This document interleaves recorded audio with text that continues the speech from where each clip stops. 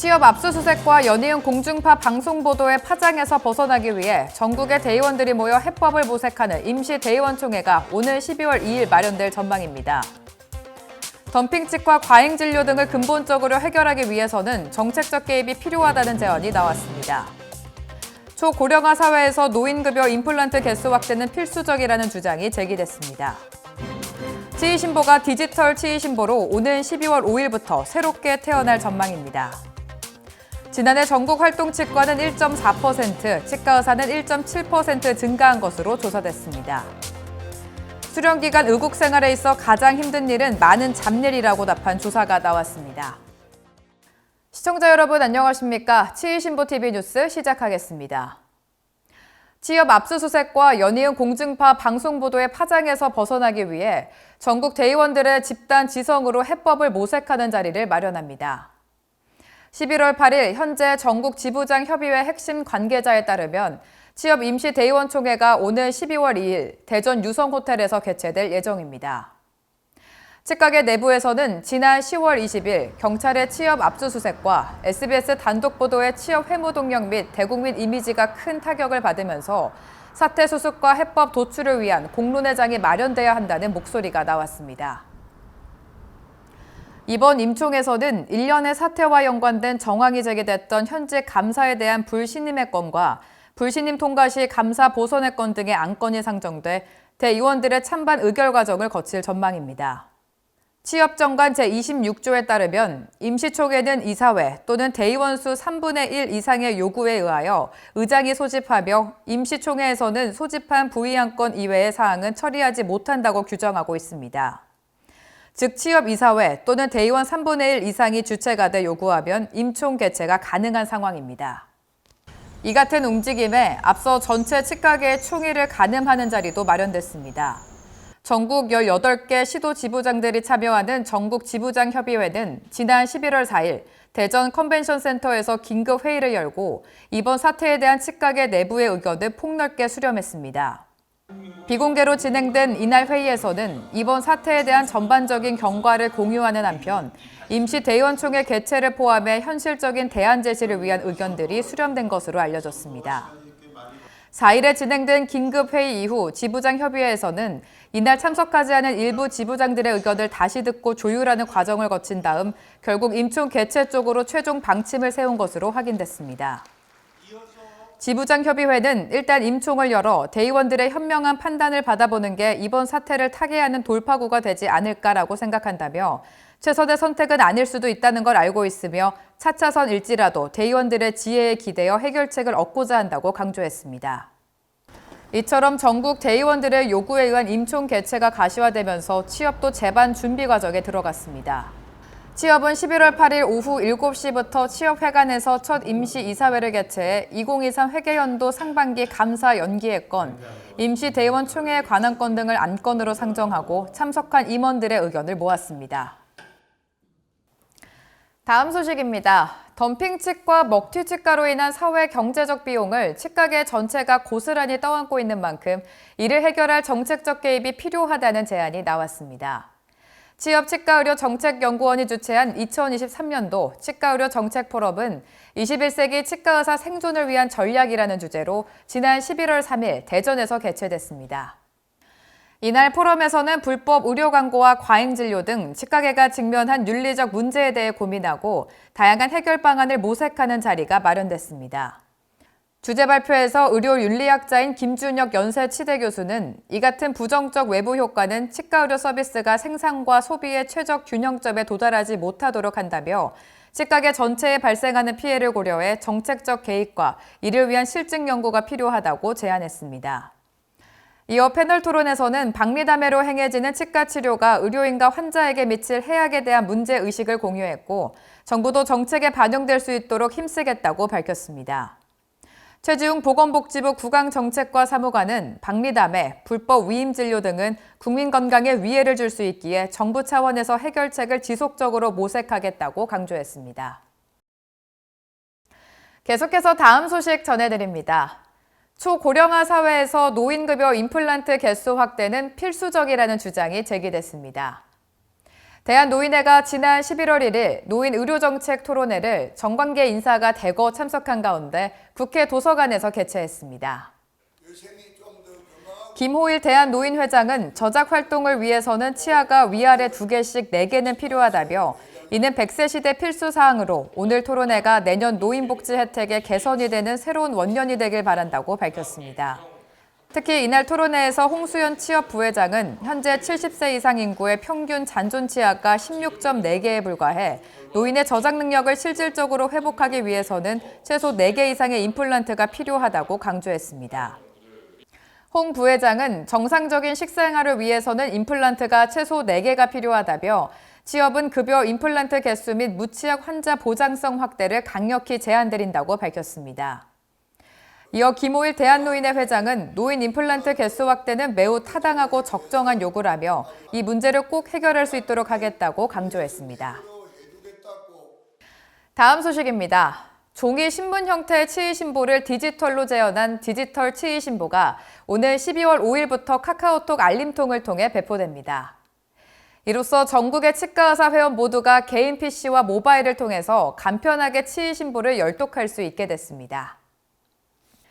디지털 치의신보는 종이신문을 그대로 구현한 이북을 포함해 치과의 다양한 현황과 유익한 정보를 영상 뉴스로 제작한 치의신보 TV, 그리고 주요 뉴스를 정리한 주간 한뉴스 등으로 구성될 전망입니다. 특히 주요 뉴스를 한눈에 볼 수 있도록 한 시각화 편집 방식이 큰 특징으로 종이신문 쇠퇴로 급변하는 전 세계 언론 환경에 선제적으로 대응했다는 점에서 의미가 크다는 평가입니다. 무엇보다 취업의 정책성 홍보를 통해 취업의 회무 추진 동력이 강화되는 효과뿐만 아니라 치의신보 외에도 취업에서 발생하는 모든 강행물을 디지털로 변환시켜 전국의 치과의사 회원에게 간편하게 전달할 수 있게 돼 취업과 회원이 한 걸음 더 가까워질 것으로 전망됩니다. 계속해서 다음 소식 전해드립니다. 지난해 전국 활동치과는 1.4%, 치과의사는 1.7% 증가한 것으로 나타났습니다. 반면 진료비 증가율에서는 전체 요양기관의 평균보다 약 2.5배 낮은 것으로 파악됐습니다. 건강보험심사평가원과 국민건강보험공단이 지난 11월 2일 2022년 건강보험 통계연보를 발간했습니다. 자료에 따르면 지난 2022년 전국에 운영 중인 요양기관 수는 전년 대비 1.95% 증가한 가운데 치과는 19,807개소로 전년 대비 1.4% 증가한 것으로 집계됐습니다. 이는 지난 2012년부터 집계한 연평균 증가율인 2.06%보다 0.66%포인트 낮은 기록으로 성장세가 다소 둔화한 것으로 분석됩니다. 치과의사 증가율은 치과수보다 높았습니다. 지난 2022년 치과에서 종사 중인 치과의사는 26,801명으로 1.78% 늘었으며 이는 연평균인 2.61%보다는 0.83%포인트 낮아진 수치입니다. 특히 치과는 진료비 증가율에서 평균치보다 2.5배 낮은 것으로 조사됐습니다. 연보에 따르면 지난해 치과 진료비는 5조 4,177억 원으로 전년 대비 3.99% 증가한 반면 전체 의료기관과 보건기관의 평균 증감률은 10.14%였습니다. 이른바 수도권 쏠림 현상도 계속되는 것으로 나타났습니다. 지난해 서울과 경기, 인천에 개원 중인 치과의원은 1,483개소로 전국 약 55.6%를 차지했습니다. 계속해서 다음 소식입니다. 수련기간 의국 생활에 있어 가장 힘든 일은 많은 잡일이라고 답한 조사가 나왔습니다.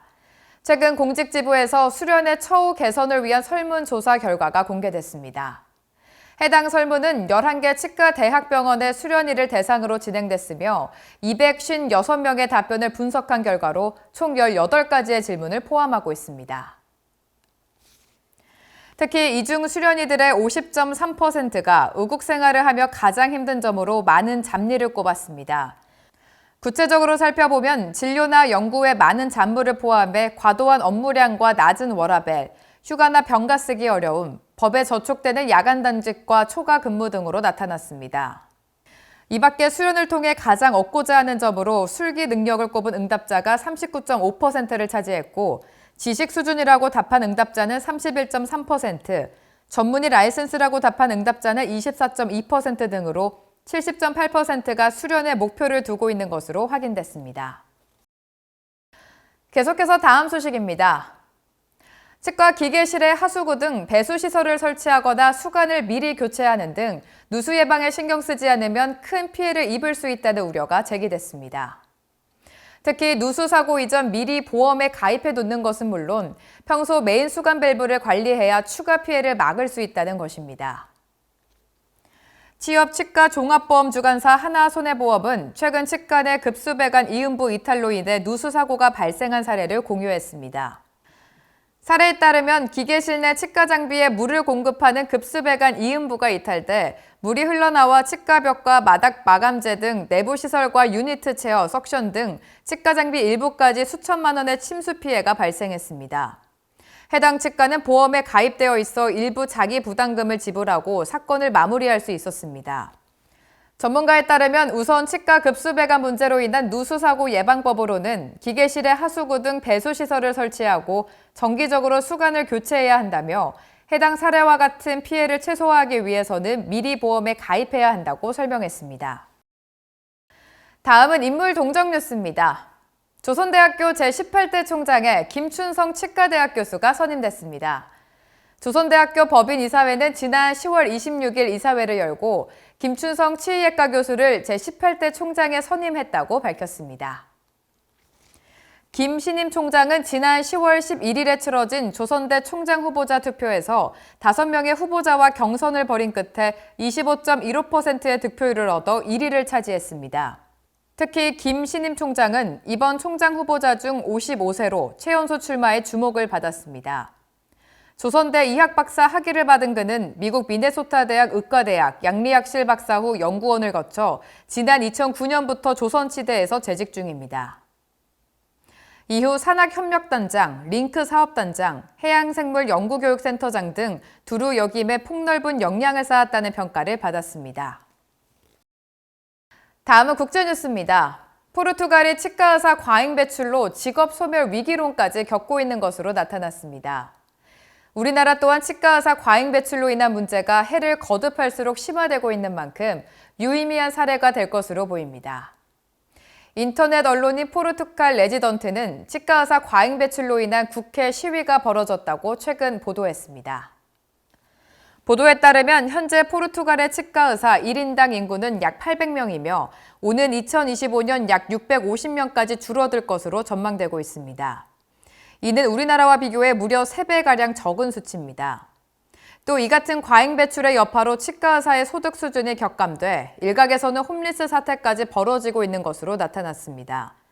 그러나 치과의사 배출량과는 무관하게 국민의 치과 의료 접근성은 개선되지 못한 것으로 나타났습니다.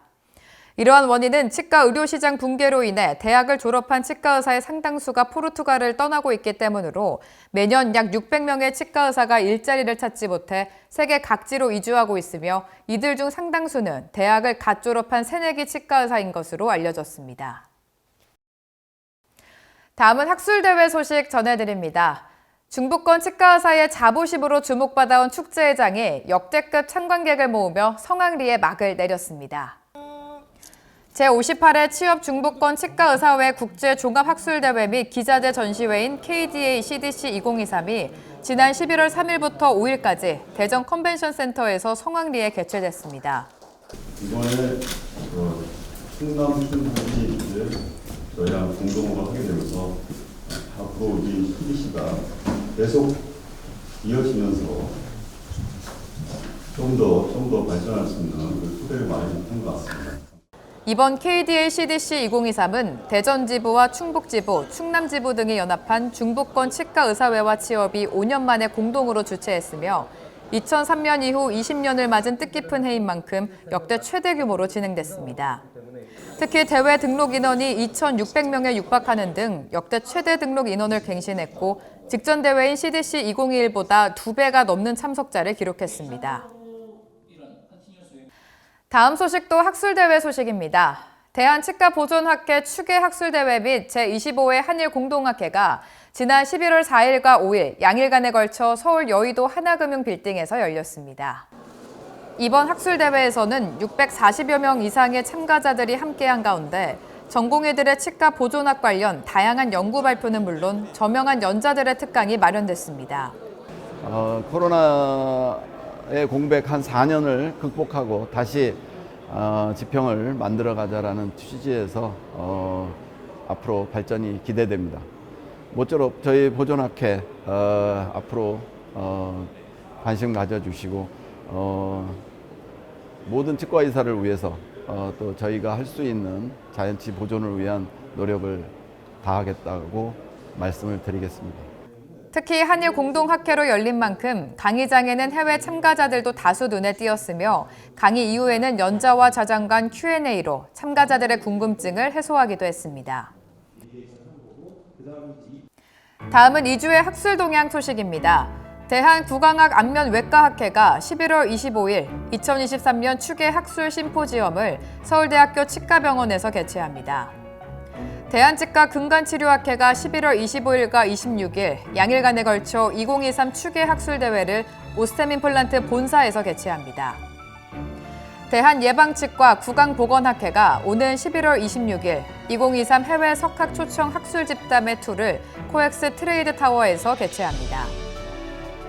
대한치과 마취과학회가 오는 11월 26일 제13회 경구흡입 진정법 연수회를 서울대학교 치과병원에서 열 예정입니다. 대한여성치과의사회가 오는 11월 26일 2023년 학술대회를 카톨릭대학교 의생명산업연구원 대강당에서 개최합니다. 보다 자세한 소식은 치의신보 지면 그리고 치의신보 학술행사 일정표를 확인해 보시기 바랍니다. 더 많은 치과계 영상 정보를 원하신다면 화면 왼쪽을 클릭해 구독해 주시기 바랍니다. 지금까지 치의신보TV 뉴스였습니다. 시청해 주신 여러분 고맙습니다.